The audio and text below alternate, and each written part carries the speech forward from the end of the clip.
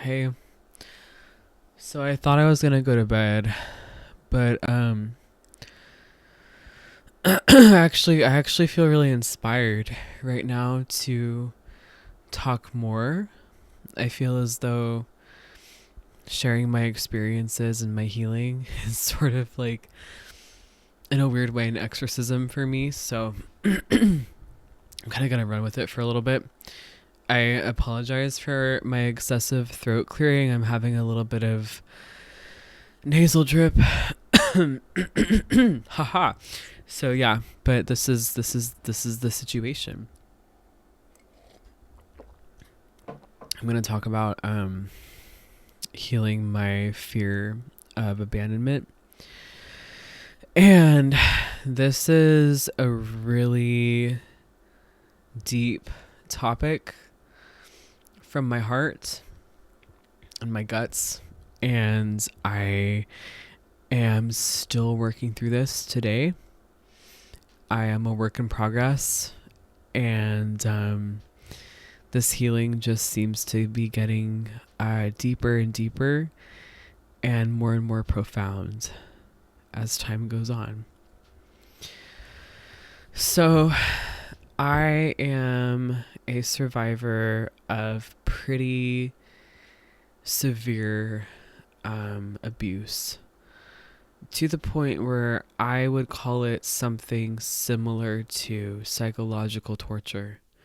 I'm not going to go into the stories of that abuse. I'm not ready for that yet. But the way that my abuse that I survived has sort of affected me is it made me see my primary caregivers as either completely good or completely bad. And the complexities of this is that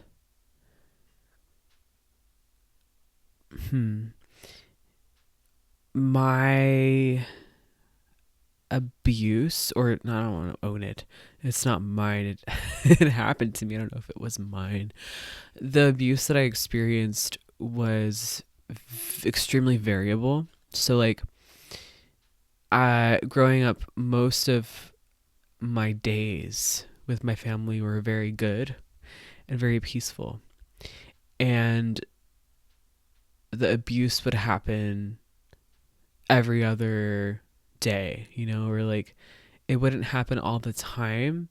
And when I wasn't being abused, my childhood was very idyllic and sort of peaceful and very, very, very aesthetically pleasing, which made it even more confusing. So that created a psychology in me where I was always looking for danger, and I was trying to see the adults in my life at a black and white perspective, not actually particularly only one adult. I got to be more specific. I was able to view one of my primary caregivers in a more gray way, because we had I have a more they were more of an authoritative parent, whereas the other parent was more permissive and authoritarian, sort of all or nothing. And so that parent I would see as either very good or very bad, usually very bad.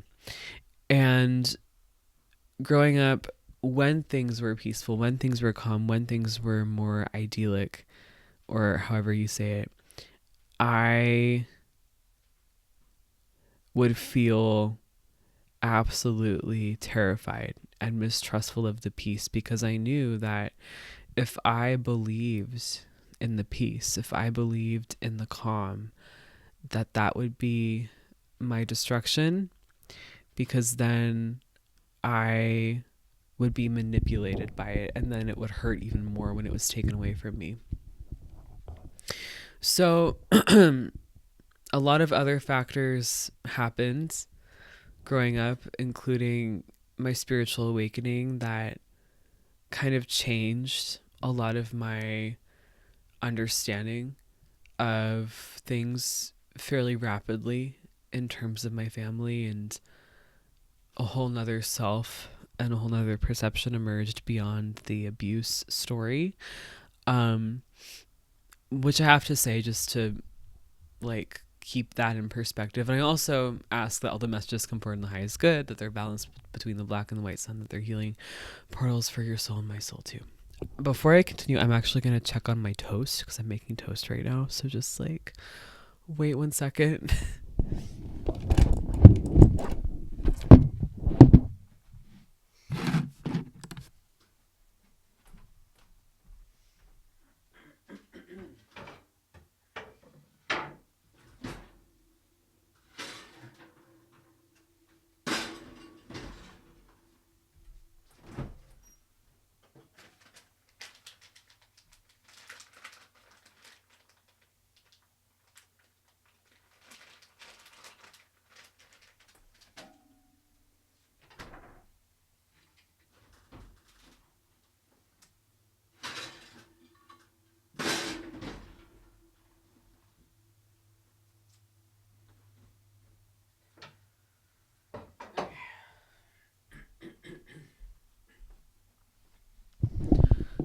I'm making toast and I'm going to put sauerkraut on it.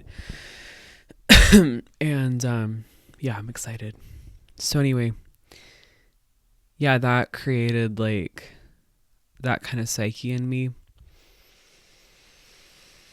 And then merging into adulthood and my spiritual awakening that was unfolding, that pain became different because my perception changed and I stopped seeing things from that particular perspective of like the peace being taken away or the potential for that, and trying to kind of prevent that by not even letting myself be peaceful, I guess. That changed into feeling betrayed, a feeling of betrayal. And that this feeling was huge.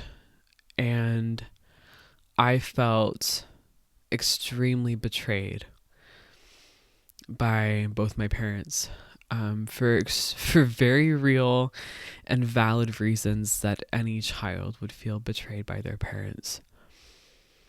And this feeling was so strong, and there was so much anger and so much rage, that it made me feel suicidal and extremely hurt and very like been vindicated, I guess, in my rage. And I had a wake up call when the rage made me act abusively towards my family. And I was like, wow, it doesn't actually matter necessarily how much pain and how much victimization I feel has happened to me, because now this pain is actually making me a dangerous person for the people who I care about to be around. And that created such a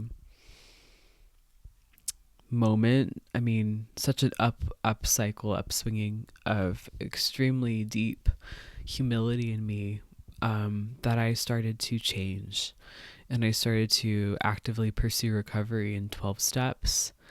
And I started to have a more gray perspective of my own abuser, because I was like, wow, that person really hurt me, because they actually felt betrayed too. And that was a really horrifying thing to realize, that anybody could be abusive if they feel victimized enough. So I started to do even more shadow work. And at that point in my life, it became extremely clear that my house that I was living with my family was extremely dangerous. So recovery began to focus just more on escaping, and I did. And then I moved in with someone who I love dearly, and I started to realize in very uncomfortable and clumsy and, oh my goodness, just very humbling and sort of sometimes humiliating ways that all of the coping mechanisms and ways of being that I used to be functional in the dysfunctional environment that I grew up in, those coping mechanisms were very dysfunctional in the functional environment that I now was in. And I felt like a total fish out of water because I was living with this person who really loves me, and I was hurting them a lot due to all of these old beliefs and old programs of existing that I thought that I had transcended. In that huge upcycle of humility, I thought that I had transcended them, but it turns out that was actually the tip of the iceberg, as it usually is. And I was like, wow, like every day I would just realize another way that I was acting toxically towards this person. And it was things that I didn't at the time like realize how bad they were until I would act out and be like, wow, I don't think I actually needed to do that. Just a lot of overthinking, a lot of worrying, a lot of drama, really. But anyway, I don't know if I really want to tell my story. I think I might want to talk about it from a more body perspective instead of a timeline. So I started to realize that the rage that I was feeling and the pain that I was feeling and the agony was horrible to feel and very scary. But I chose consciously to sit with my negative emotions before texting anybody or making any rash decisions that could hurt me in the future. And I really had to work hard to do this because it was very difficult to sit with my rage. And it was very, very difficult to sit with my pain, my huge, huge amounts of pain. And there came moments when I started to realize that my pain was connected to a void in me, a void of nothingness. And there was this feeling that I was looking towards people to save me from that nothingness and to save me from my pain. And sitting with myself, I realized, and I continue to realize, that no one will and no one can. Only God can. Only my higher power can. Only spirit can. Only the whole can. And so then at moments where I would feel that, I would ask for my higher power to fill up that void for me. And I would pray, and I would do emotional freedom technique, and I would tap, and I would ask for my higher power to fill up that void, and it worked, and it did. And yeah, so that's kind of like the somatic emotional stuff, and it gets deeper and deeper as time goes on. But yeah, I think I also over time have realized that everybody will abandon me. Everybody. Because no one's perfect and no one can meet all my needs. I think I used to have this belief that people, I don't know, I think it's from the abuse. Like, I was so traumatized from what happened to me that when I would meet someone who I felt like real love with, I was immediately scared that they would like turn into a monster or something, because I just didn't believe that. I didn't believe that love could be like that. I didn't believe that it was real, and I also didn't believe that it was possible for the world to be better than what I was raised in. So I would sort of expect them to betray me completely one day.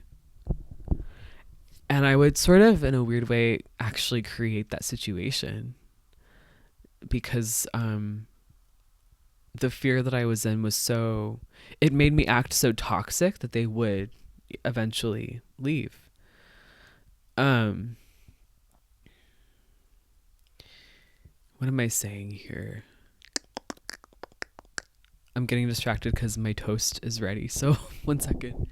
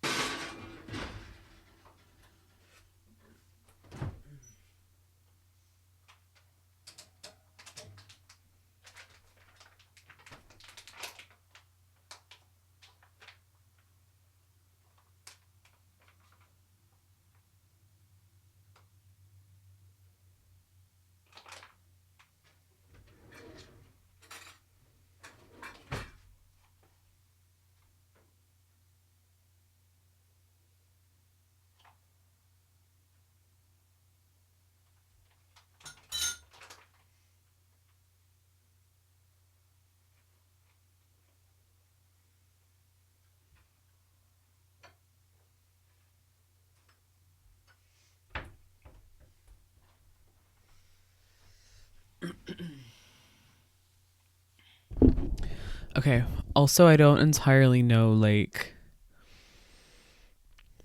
if what I just said was entirely true, that I would act so toxic that they would eventually leave. I think I want to be a little bit more specific in that, like, I wasn't like hurting them in a sense where I was like doing anything severe to the point where like law enforcement should be involved. Like, not that kind of toxic, more like constant obsession and just acting out of my ego and not being able to be present in like a really grounded sort of way. So yeah, where was I don't know where I was. I think that, like, the truest thing that has really healed me was, and continues to be, having to face my fears completely head on. um I did this before. Like, the person who I love did need to leave my life in 2022. And I remember the horrible, severe finality of that. And those perceived abandonments were actually my biggest catalyst of healing. Because in those abandonments, I found myself. Like, I found my ability to carry on without them. And in that space, I realized, oh, that person actually never was gonna hurt me, and they never were gonna abuse me, and they were never anything like my abusers, because they were so taken aback by the kind of belief systems and neuroses, or whatever you want to call it, that I had as a result of the abuse. It was so foreign to them because they were not brought up in that level of torture, essentially, which is great. Which is great. And over time, it showed me, oh, okay, the world actually is not as bad as what I'm used to. Oh, okay, okay. And I have to sneeze.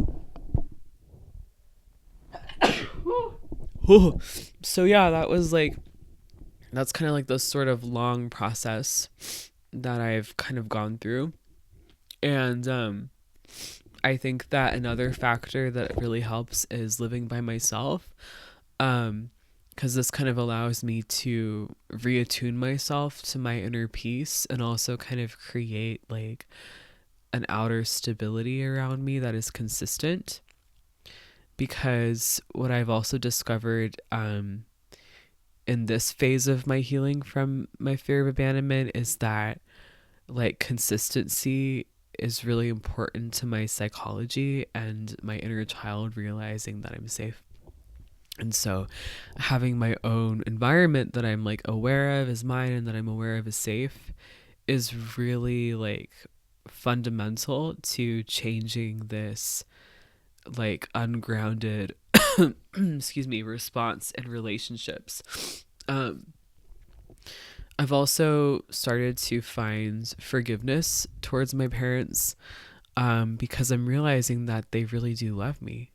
I'm realizing that anyone can love me and that I am loved, you know, and that people in my life who hurt me still love me, and that it's possible for someone to be mad at me and for them to still love me. I'm also realizing that people who have greatly hurt me and greatly abused me and betrayed me actually love me. Um, they just don't really know how to do it the right way, which is like a whole thing. Yeah. And I've also, like, I think coming to terms with the reality of death is a huge, huge, huge healing thing for me too.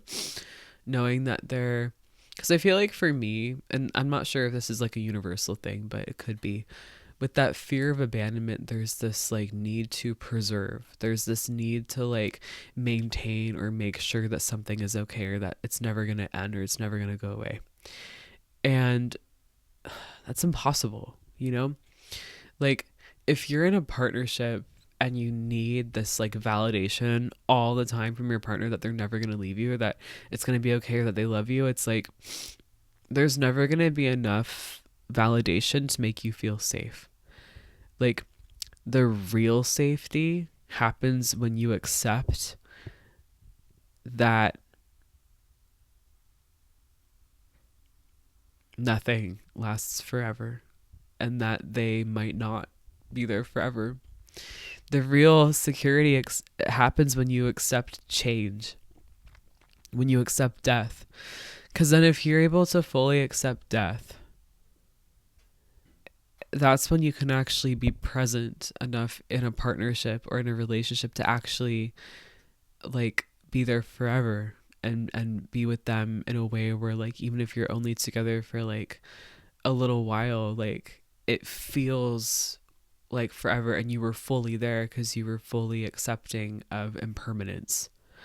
And when we fear abandonment, I feel like we're not able to accept impermanence because we need that like we need that security. We need that like, and we're holding on, and that actually creates a lot of friction, and that actually creates a lot of tension and a lot of control.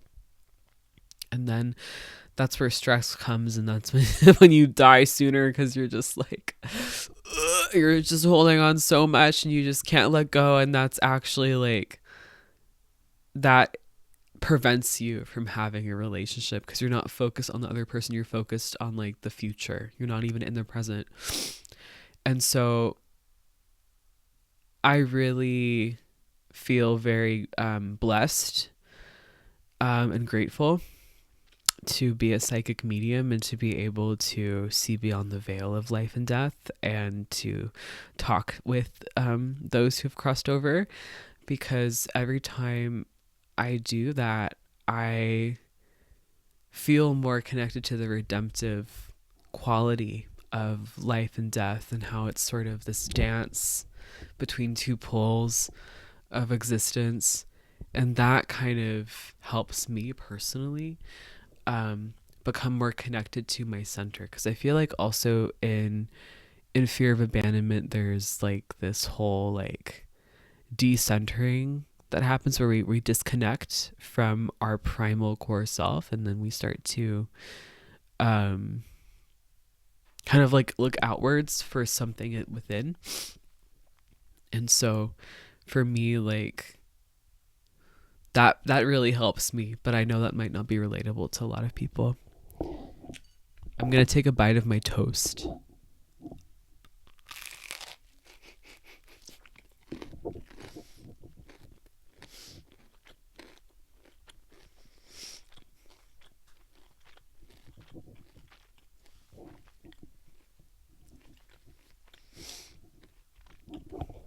It's really awkward to eat on camera.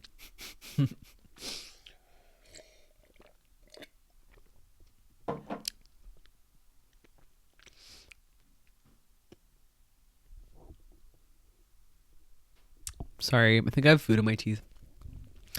Anyway, um, so yeah, that's kind of like how my fear of abandonment has manifested. And so yeah, it used to be like paranoia that was valid and justified, and then it became like a feeling of like deep betrayal, and then it sort of became this like continual process of exercising myself from my own self-destructive needs. And now, where I am right now, it's sort of more of like a constant meditation, because I've noticed that now my rhythm is acting from authenticity or not, acting from my essence or not. And I'm aware now that like the truth of who I am and how I really authentically seek to be and am around people beyond my trauma is very different from how I was programmed to be. And so I only want to socialize and connect with people in a way that feels true to me, in a way that feels true to my deepest expression of truth, and anything else from that, it makes me very uncomfortable to act that way. So yeah. And for me, it becomes more of like a maintaining that connection to self in the face of being an empath and being very different. Because I think that also like absorbing everyone else's psyche and absorbing everyone else's emotions is kind of a form of self-abandonment. I'm realizing too that like abandoning myself is a form of abandonment. And yeah, I don't really know where I'm going with this, but I think at the end of the day, I realized like I don't have to go so far to be loved. I don't have to fight so hard. I don't have to prove myself. I don't need people to like me. The person I love will abandon me, and maybe they'll also come back or not, or maybe they'll become another person who I love. Like, it's okay if someone doesn't text me back immediately. It probably just means that they're busy or sleeping. Uh, and like, it's okay to like end relationships even though you still love them. And it's okay to not have all the answers, and it's okay to not know. And all of this like just comes from me being with myself and letting God fill in my voids, and sitting with my negative emotions before acting, and just like really seeing the gray of things. I've become a person who might not text back for a couple days. I've become so clear in my own silence and so comfortable there. And I've also become so aware of the people who take me out of my essence and the people who relate to me through my essence.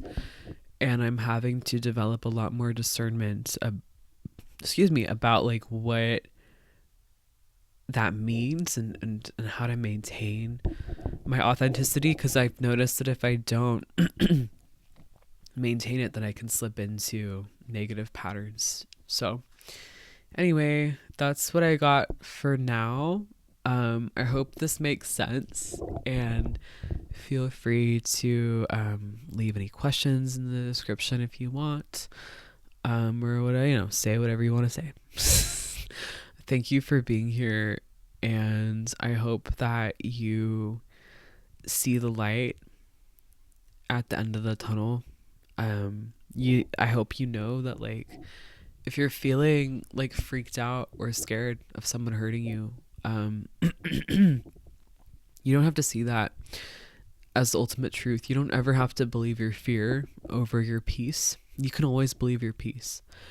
I also want you to know that, like, if someone hurts you, it doesn't actually mean that they're evil. It just means that they're, like, stupid or misguided, or traumatized themselves, or also victimized. And you can do what you want with the evidence of their actions, right? Like, it's okay to have boundaries and leave a relationship that is, like, truly hurting you. It's also okay to stay in a relationship that has hurt you, but you guys are, like, working through it, And it's okay to have an understanding about, like, what your limits are. And it's also okay to see things in a gray perspective, not in a black and white perspective. It's okay to see things in nuance. There is also, like, you can survive your feelings. There's no emotion that you can't, like, sit through and feel. And yeah, like, people are always going to, my mom used to say to me, people are always going to let you down. And it's true, because, people are imperfect, and that's okay. Like, you cannot expect anybody to be God, or to never let you down. And I think that's what we miss when we fear abandonment, is we actually are missing our connection to our unconditionally loving creator, source, whatever you want to call it, or to nature itself, because nature is life and death and life. So with all that being said, like,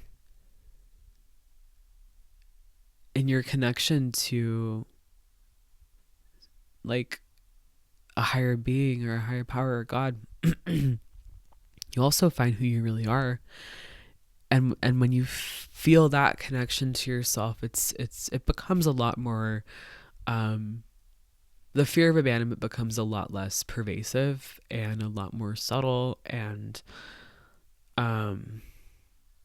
eventually it just goes away, because you're whole in yourself, and there's no longer that, like, tension that makes you fear loss, because you are everything, and you're whole, and you're connected. And even if they die, you'll still be connected to them, right? And even if you disconnect from yourself, you'll come back to yourself. I hope this all makes sense. I think I'm going to go now. I'll probably make more videos about this because it's such a big part of my life. Thank you for watching. Goodbye.